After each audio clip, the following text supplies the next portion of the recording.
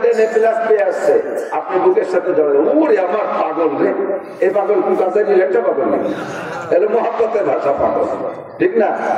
বাউল vowel পাগল না, বাউল vowel পাগল আছে না দেশে, বাউল ভাউল ওর বাবা একটা তো যেটা আবালটা ধরা পড়ছে, আবার নাকি আবুল আবুল আবুল আবালটা ধরা পড়ছে, আর কতগুলো আছে মোজ দিয়ে দাড়ি দিয়ে চা খাওয়ার হুটোটাও রাখে মোজ দিয়ে বেড়াচ্ছে।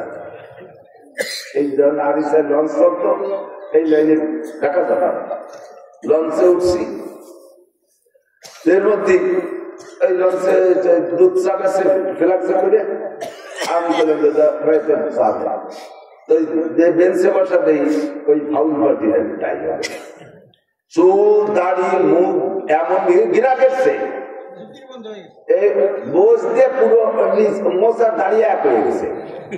ওই লোক বলে চা চাইছে, তা বলতেছে একটু দাঁড়ান, কেনার একটা চা বলে হ্যাঁ সেটাই ঠিক আছে, যদি আগে বলে তাও উনি আগে পাবেন, আর যদি পরেও বলে আগে উনারে তো আমি দেখবো কোন ভিড়ে যে চা খায়। পরে দেখলাম যে মোষের নেয়া তলে কাপ দিয়ে ফিরে ছাড়িয়ে দিয়েছে, সেই পাহা মোষ আবার বিড়ি খায়, সাদা মোষ বিড়ির কারণে কটা কটা হয়েছে, ওই পারছে দুধ চার মধ্যে বন দুধ চা মাহাইছে খায় করে কাপ সরাই বিড়ি কেন পচা শিয়েন বেরিয়ে করে আমি তো গাড়ি চা খাবো না, ওই যে দুধ চার মধ্যে ঘিরা লাগছে আর খালাম না।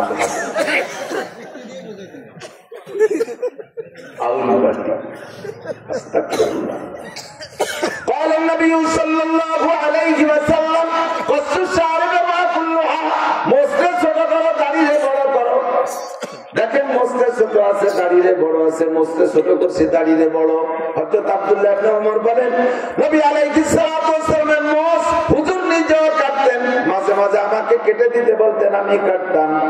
কি পরিমাণ কাটবো জিজ্ঞেস করলে হুজুর বলতেন হাত্তা ইউরা বিয়াজুল জাল, এত কাটা কাটবা মোষ সাত চামড়ার সাদা দেখা যায়, এমন কাটা দিবা যাতে চামড়ার সাদা দেখা যায়, মোষে এমন ছোট করবা, ও বললোহা দাড়িয়ে ছেড়ে দিবা, দাড়ি কোনোদিন কাটবা না। একবার হজে যাওয়ার সময় হুজুরের দাড়ি বেশ লম্বা হয়ে গেছে, হুজুর আমাকে বললেন আব্দুল্লাহ ছিলেন হুজুরের খাদেম, ওমর রাদিয়াল্লাহু আনহু ছেলে, 19 জন বডিগার্ড সাহাবা ছিল হুজুরের, তার ভিতরে একজন আব্দুল্লাহ ইবনে ওমর। আব্দুল্লাহকে বললেন আব্দুল্লাহ এক মুঠ করে আমি ধরছি, আমি এক মুঠ ধরার পরে নিচে যেটুকু আছে এইটুকু কেটে দাও, বেশি লম্বা হওয়ার কারণে অনেক সময় ময়লা হয়ে যায়, এই জন্য যত্ন করতে অসুবিধা হয়, তাই বালতিটুকু কেটে দাও। বাউল পাল্টি ফাউল পাল্টি এরা মসজিদে দাঁড়িয়ে মুখ একেবারে গিরে ফেলায়, সেম কোয়ালিটি আবার ঠাকুর, আর এই ঠাকুর না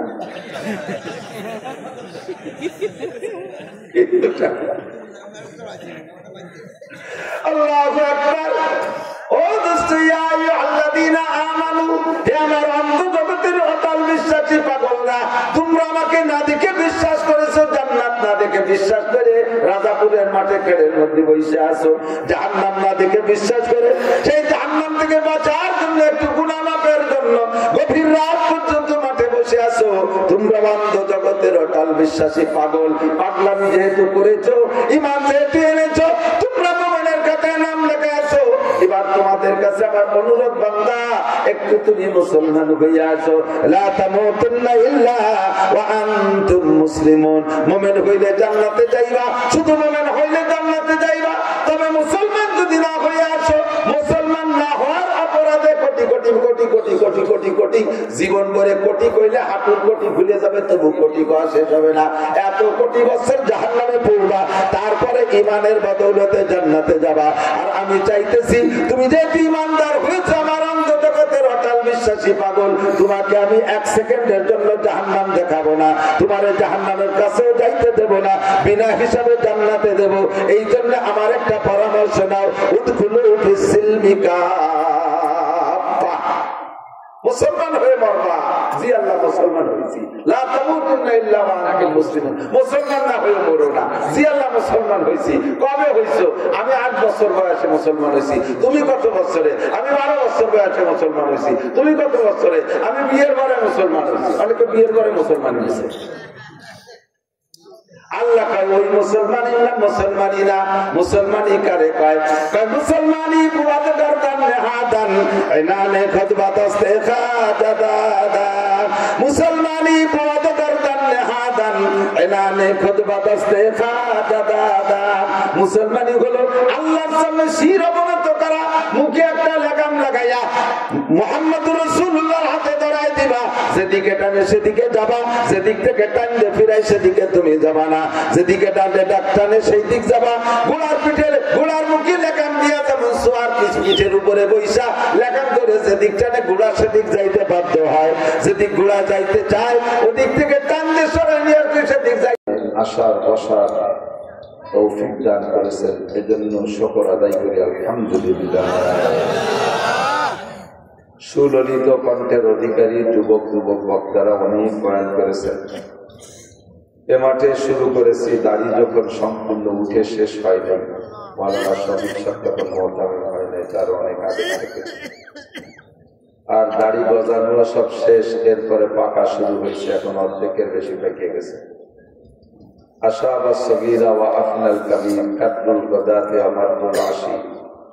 ছেলে ছিলাম, বড় হলাম, তারপরে ধীরে ধীরে বুড়ো হয়ে গেলাম, একদিন থাকবো না। কাব্বারানি মৌতুল কুবারা, বুড়োরা মরি আমাদেরকে বুড়ো বানাইছে। বুড়োরা যদি থাকতো তাহলে সিয়ার চৌধুরীর কথা নিচে মাটিও বাগে বাঁধাম না। তো মুরব্বীরা নাই বিদায় এখন মুরব্বী হয়ে গেছি, আর বাস্তবেও বয়সও কম হচ্ছে না, 56-57 হয়ে গেল। 40-এর পরের থেকে বার্ধক্য এসে যায়, শরীর স্বাস্থ্য ধীরে ধীরে দুর্বল হয়ে যাচ্ছে। হঠাৎ করে শুনবে একদিন আমার মৃত্যু খবর, কেঁদে কেঁদে আসবে সবাই দিতে শুধু খবর। এখন রাস্তাঘাটে চলতে ফিরতে সব জায়গা খালি হুজুর একটা দাওয়াত নেই, হুজুর একটা দাওয়াত নেই। কত যে দাওয়াত দেয়, টাকার সাথে পয়সার সাথে খাবারটা দেয়, যে এলাকায় যা আছে তা দেয়। আপনাদের এলাকায় আসলে পিএস দেয়, সুন্দরবন এলাকায় গেলে সে এলাকায় মধু দেয়, হরিণীর গোস্ত সংগ্রহ করার চেষ্টা করে। আড়িয়াল মিলির মধ্যে গেছি মাহফিল করতে, তারা কুমড়ো দিয়েছে দেশে দুটি, একটা 52 কেজি, একটা 42 কেজি। এভাবে যেখানে যাই, কয়দিন আগে গেছি চুয়াডাঙ্গা মেহেরপুর, তারা 100 কেজি মালটা এই চাইনা কমলা গাছের থেকে তুলে দিয়েছে, ড্রাগন দিয়ে দিচ্ছে 1 বস্তা। যে এলাকায় যা যাই যা আছে তাই পাই। একদিন এমন আসবে যে আর কেউ আমার এগুলো দেবে না। খবর পাইলে হয়তো 2 মুঠ মাটি দিতে যাবে, যদি শুনে যে হুজুর মারা গেছে। আর সুযোগ থাকে তাহলে 3 মুঠ মাটি দিতে যাবে। সেদিন মনে হয় আর বেশি দিন বাকি নেই, যে কোনো সময় ডাক এসে যেতে পারে। পরিশ্রম যেভাবে করি সেভাবে শরীরের উপরে রেস্ট নেওয়ার সুযোগ নেই, ঘুমানোর সুযোগ নেই। কওমি মাদ্রাসা চালাইতে জীবনটা শেষ হয়ে যায়। আপনাদের এত বড় গ্রাম, এত স্বনামধন্য গ্রাম, ফসলের গ্রাম, পাট হয়, পেঁয়াজ হয়, ধান হয়। আমার এলাকায় আল্লাহর ফজলে কিছু হয় না, যেমন কয়টা পাট হয় আপনাদের দিন, আমাদের ওদিকে 20টা তা পানি ফুনি নাই, 1 কয়বরে 40 কয়বরাই গর্তের মধ্যে ভিজে লাস্টে যে বিটিকে চুলির মধ্যে কালা কালা খাবাই দেয়। আপনাকে এদিকে তার মন যদি হয় 4000, আমাকে ওদিকে 16-17 টাকা। তাও পাবলিকে দিতে চায় না, বহুত কষ্ট ক্লান্ত করিয়া মাদ্রাসা, 27 জন শিক্ষক, 500 ছাত্র, 200 বোর্ডিং খায়, ঘর বাড়ি বানাইতে হবে। 2-4 টাকা পয়সা যারা দেয়, তো তারা এই গত কয়েক বছর ধরে লোকমান থেকে দাঁড়াই করে গেছে, তা খুঁজে পাচ্ছে। আর তারাও যদি দাঁড়ে দাঁড়ে থাকে, আওয়ামী লীগের লোক মাদ্রাসায় দিত ভালো, কিন্তু খুঁজে পাচ্ছে সব হারাই গেছে। এই দুশ্চিন্তা, টেনশন সবসময় মাথার মধ্যে কাজ করে। তার ফাঁকে ফাঁকে প্রত্যেক রাত্রে 2-3টে করে মাহফিল। বক্তারা একটু কৌশল করে, একাধিক মাহফিল দেখে, কিন্তু কোন মাহফিলা লাগে কয় না যে আগে একটা করে আইছি, পরে আর একটা আছে, তা কম দিবে না সেই বই। আগে এক জায়গায় খাইয়ে আইছে, আর এক জায়গায় যে খাবে আমরা না খাওয়া লিখিয়েছে। তো আমি সেটা করি না, প্রকাশ করে দিই। সত্যি পরিশ্রম করি, কোথাও কন্টাক্ট করি না। টাকা পয়সা আল্লাহর পক্ষ থেকে যা আসে তার বেশিরভাগ আমার মাদ্রাসায় চলে যায়। মাজা পানি, শীতকাল, মাজা পানির মধ্যে পোলো চাপাইয়া মাছ ধরেন না, আছে নাকি? তা না, আগে ছিল। এই শীতের সময় পুষ মাসে ভোরে মাজা পানি, দাম পানি, হাঁটু পানির মধ্যে পোলো চাপায় মাছ ধরছেন যারা, তারা বলতে পারবেন আমি ধরছি। তো ওই মাজা পানির ভিতরে পোলো চাপাইয়া মাছ ধরতে গেলি সব জায়গা ক্লোজ হয়ে যায়, একেবারে জমিয়ে যায় আগাগোড়া। তো এত কষ্ট করে যদি পোলো চাপাইয়া যদি মাছ না পাওয়া যায়, একটু একটু যদি তেল উঠাই পায়, সেই সময় শীত আরো বেড়ে যায়। ঠিক না? এবার যদি বড় বড় শৈল গজার ইত্যাদি পাওয়া যায় একটা হালসি ভরে, খুব ভালো লাগে। কিন্তু ধরা মাছ যদি লাখ করে ছুটে যায়, তাদেরও সহ্য ওরা কঠিন হয়েছে। পাইছি বড় বল একটা ফাঁস করে লাগছে, ছুটে গেছে। মোটামুটি সারা দেশ ঘুরে কোনো জায়গায় টাই পাই, কোনো জায়গায় শৈল বলতেও পাই, কিন্তু মাদ্রাসায় গেলে হাতে লাগতে ছুটে চলে যায়। ইট কিনতে হবে, বাড়ি কিনতে হবে, হুজুরকে বেতন দিতে হবে, মিস্ত্রির বিল দিতে হবে, কারেন্ট বিল দিতে হবে, এই দিতে দিতে সব বড় বড় শৈল গজার লাগবে হাতে ছুটে ছুটে যায়, রাখতে পারি না। এরপরও রব্বুল আলামিনের দরবারে শুকরিয়া যে আল্লাহ পাক এতটুকু ব্যবস্থা দেখে বিদায় আমি তো এই খেদমতটা করতে পারতেছি। যদি এও আল্লাহ না দিত তাহলে কি করতাম? কিছুই করতে পারতাম না। আপনাদের সকলের কাছে দোয়া চাই, আল্লাহ যেন আমাদের সবাইকে, আমি আপনাদের জন্য দোয়া করি, আপনারা আমার জন্য দোয়া করবেন। আর দোয়ার ভিতরে একটা দোয়া বেশি সামিলে হাল রাখবেন, হযরত ইব্রাহিম আলাইহিস সালামের দোয়া। ইব্রাহিম আলাইহিস সালাম কাবা ঘর নির্মাণ করেছেন কার হুকুমে? পুনর্নির্মাণ। আগে সর্বপ্রথম কাবা ঘর তৈরি করেছেন আল্লাহ তাআলা ফেরেশতার মাধ্যমে। আদম আলাইহিস সালাম দুনিয়ায় আসার 50,000 বছর আগে কাবা ঘর বানাইছে। ইন্না আউওয়ালা বাইতুন উদিয়া লিন-নাসি লাল্লাযী বিবাক্কাতা মুবারাকান ওয়া হুদাল লিল আলামিন। সারা দুনিয়ার সর্বপ্রথম ঘর আদমকে দুনিয়ায় পাঠানোর 50,000 বছর আগে কাবা ঘর বানাইছে আল্লাহ। এর 40 বছর পরে বাইতুল মুকাদ্দাস, যেটা ইসরায়েলের ভিতরে ইসরায়েলের ঝামেলা চলতেছে, বাইতুল মুকাদ্দাস ও কাবা কিবলা, এটা আল্লাহ তাআলা ফেরেশতার মাধ্যমে বানাইছে। ওই কাবার 40 বছর পরে, তখন আদম আলাইহিস সালাম দুনিয়া আসে অনেক আগে। আদম আলাইহিস সালাম আজ থেকে মাত্র 10,000 বছর আগে দুনিয়া আসছে, তারও 50,000 বছর আগে কাবা ঘর বানাইছে। বলবেন সুবহানাল্লাহ। তো এই কাবা ঘর নূহ আলাইহিস সালামের প্লাবনের সময় শেষ হয়ে গেল। আল্লাহ পাক বললেন, ইব্রাহিম কাবা ঘর বানাও। তো ইব্রাহিম আলাইহিস সালাম আর ইসমাঈল আলাইহিস সালাম দুই বাপ বেটা মিলে কাবা ঘর বানাইছে। কাবা ঘর কার ঘর? বাইতুল্লাহ। কাবা ঘরের নাম কি? আরবিতে বলে বাইতুল্লাহ, আল্লাহর ঘর। তো আল্লাহর ঘর আল্লাহর নির্দেশে বানাইলেন। কিভাবে বানাইতে হবে? স্ট্রাকচার জিবরিল আলাইহিস সালাম এসে ইব্রাহিম আলাইহিস সালামকে দেখাইছে, এইভাবে বানাবেন। তো আল্লাহর হুকুমে জিবরাইলের প্ল্যানের ইঞ্জিনিয়ার জিবরিল আলাইহিস সালাম বানাই দিচ্ছেন সেইভাবে। আর ইব্রাহিম আলাইহিস সালাম ইসমাঈল আলাইহিস সালাম বানাইলেন কাবা ঘর। এবার বানানো পর্যন্ত শেষ। এবার বানানোটা কবুল হয় না হয় তা নিয়ে তো ইব্রাহিম আলাইহিস সালামের চিন্তা করার দরকার নাই।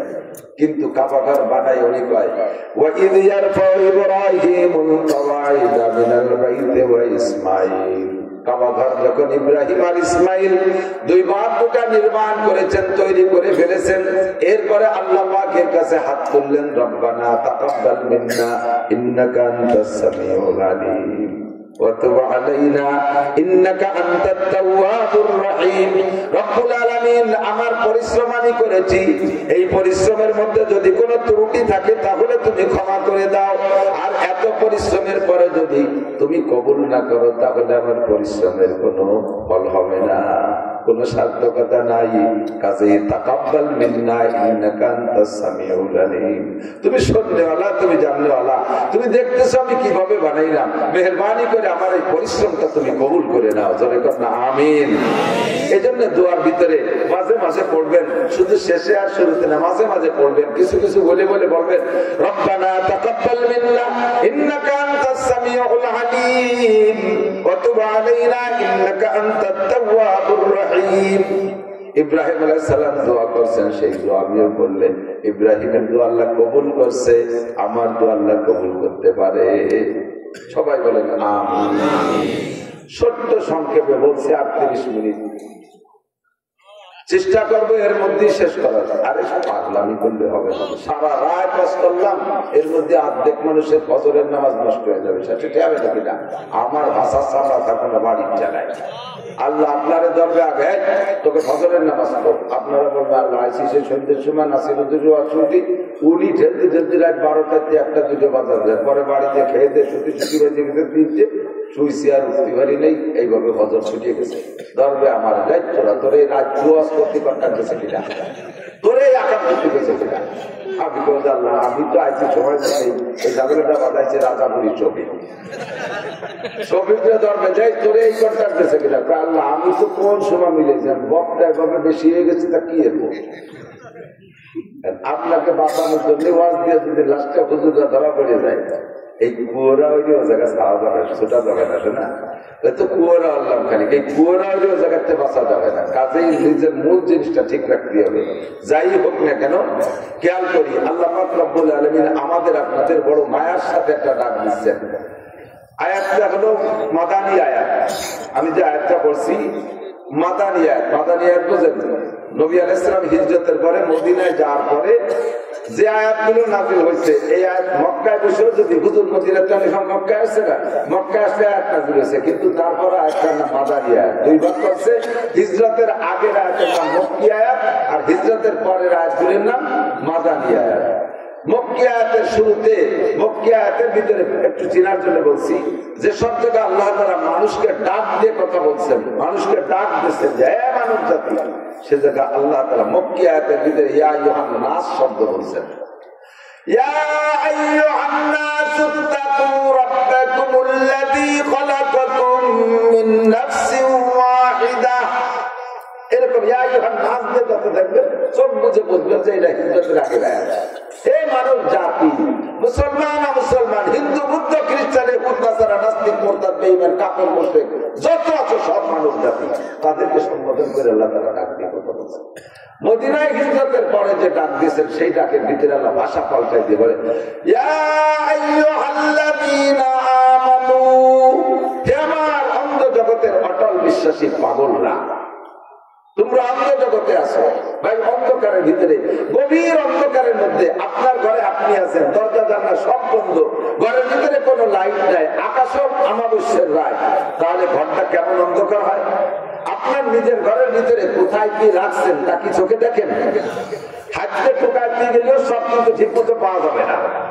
আটা দেশের একদিক চলে যাবেন দেখবেন আর একদিক এটা অন্ধ জগৎ ওর মধ্যে কিছু দেখা যায় না দুনিয়ার নাম অন্ধ জগৎ এ জায়গা বসে আল্লাহকে দেখা যায় না দুনিয়ায় বসে ফেরেশতা দেখা যায় না দুনিয়ায় বসে জান্নাত দেখা যায় না দুনিয়ায় বসে জাহান্নাম দেখা যায় না দুনিয়ায় বসে পুলসিরাত দেখা যায় না দুনিয়ায় বসে হুর দেখা যায় না দুনিয়ায় বসে গেলমান দেখা যায় না দুনিয়ায় বসে পুলসিরাত দেখা যায় না দুনিয়ায় বসে কবর আযাব দেখা যায় না এটা হলো অন্ধ জগৎ তবে আপনার ঘরের ভিতরে যেমন সব মাল আছে অন্ধকারের কারণে দেখেন না আমি যে কয়টার নাম বলছি এ সবই আছে কিন্তু অন্ধ জগতে আসি বিদায় দেখতে পারি না কতক্ষণ তবে যেগুলোর নাম বলেছি আপনাদের কি বিশ্বাস হয় এগুলো আছে আল্লাহ আছে ফেরেশতা আছে আল্লাহু আকবার হাসরের মাঠ হবে জান্নাত আছে জাহান্নাম আছে ফুলসিরাত আছে মিজান আছে হিসাব হবে কিয়ামত হবে কবর আযাব আছে শতভাগ বিশ্বাস হয়